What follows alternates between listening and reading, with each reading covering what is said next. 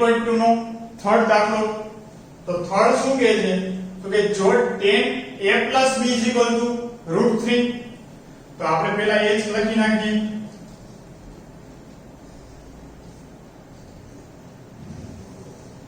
પેલું શું આપેલું છે કે tan a + b શું આપેલું છે √3, અને tan a - b = 1/√3. tan a - b = 1/√3. અને પછી કન્ડિશન આપેલી છે કે a + b કેવા હશે 0 કરતા નાના અને 90 ડિગ્રી અથવા 90 ડિગ્રી કરતા 0 કરતા મોટા અને 90 ડિગ્રી અને એના કરતા નાના. 90 ડિગ્રી પણ હોઈ શકે કારણ કે less than and equal to છે. અને પછી આપેલું છે કે જે આપણને a અને b આપણે ફાઇન્ડ કરવાના છે એમાં કન્ડિશન કેવી થવી જોઈએ કે a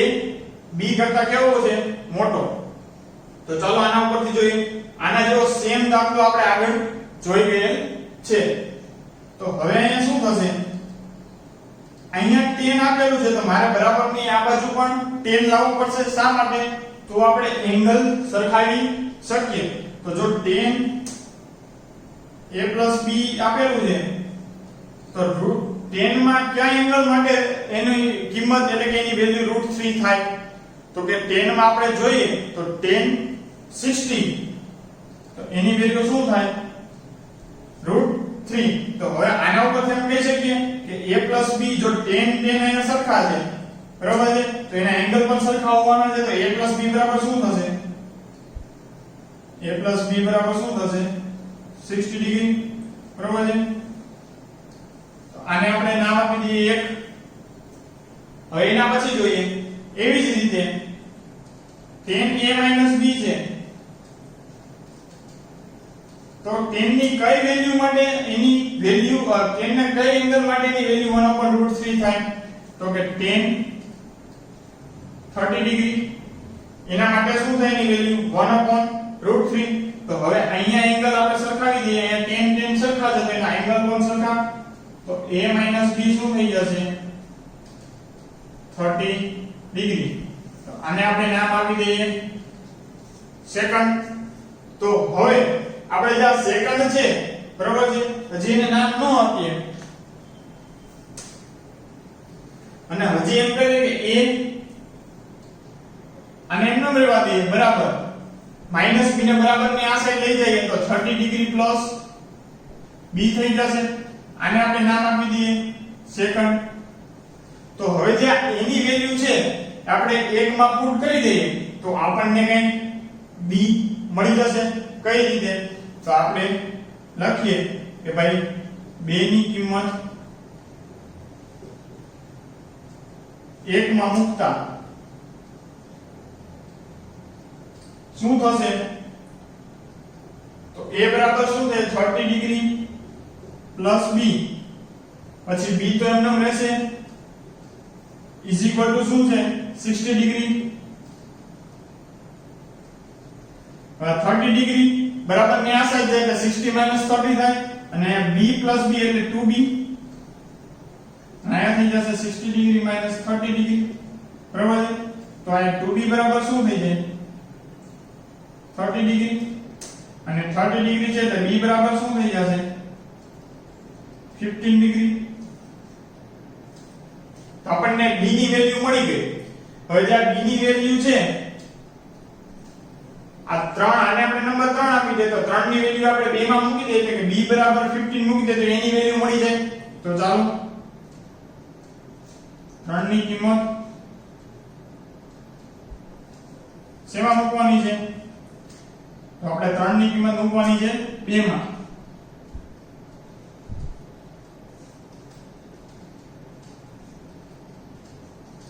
તો શું થઈ જશે?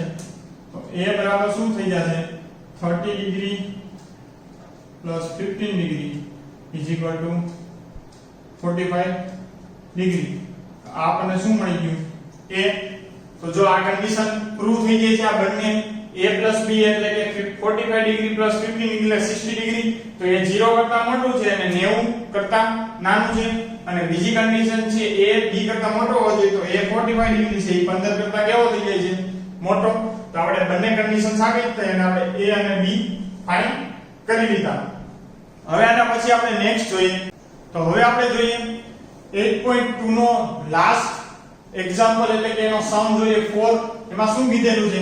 તો કે વિધાન સત્ય છે કે અસત્ય એટલે કે રાઈટ છે કે રોંગ એ આપણે ફાઇન્ડ કરવાનું છે બરોબર છે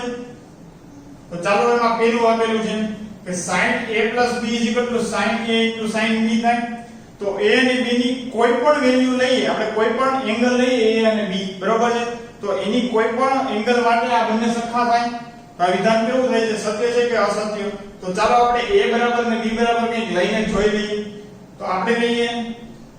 a બરાબર 30 ડિગ્રી અને b બરાબર લઈ લો 60 ડિગ્રી બરાબર છે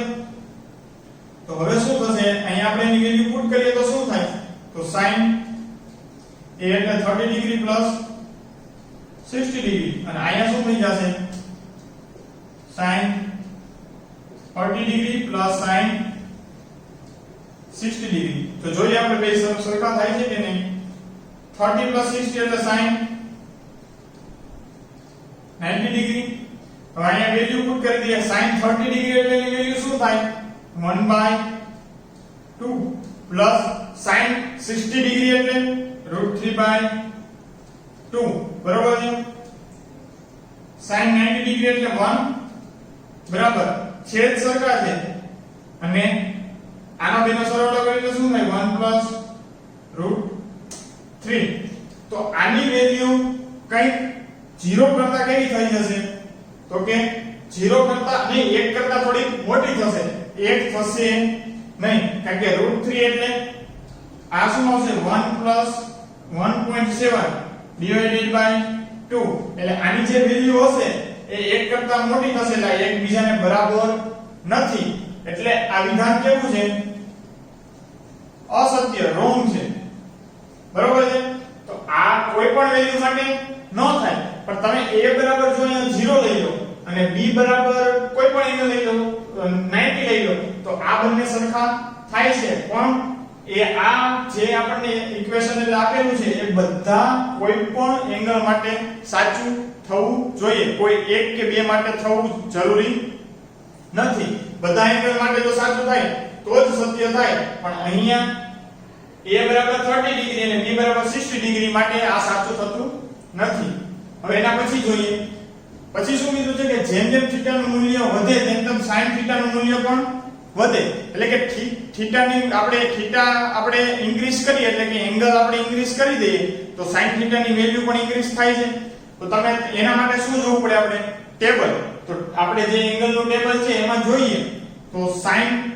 જોઈએ કે 0 શું થઈ જાય છે તો sin 0 ડિગ્રી એ શું થઈ જાય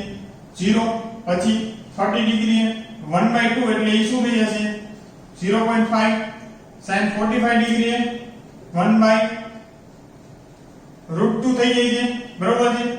એટલે આ 0.5 કરતા કંઈ વધારે થશે પછી આવશે 60 ડિગ્રી એના માટે √3/2 તો આ 1.7/2 એટલે એ પણ 0.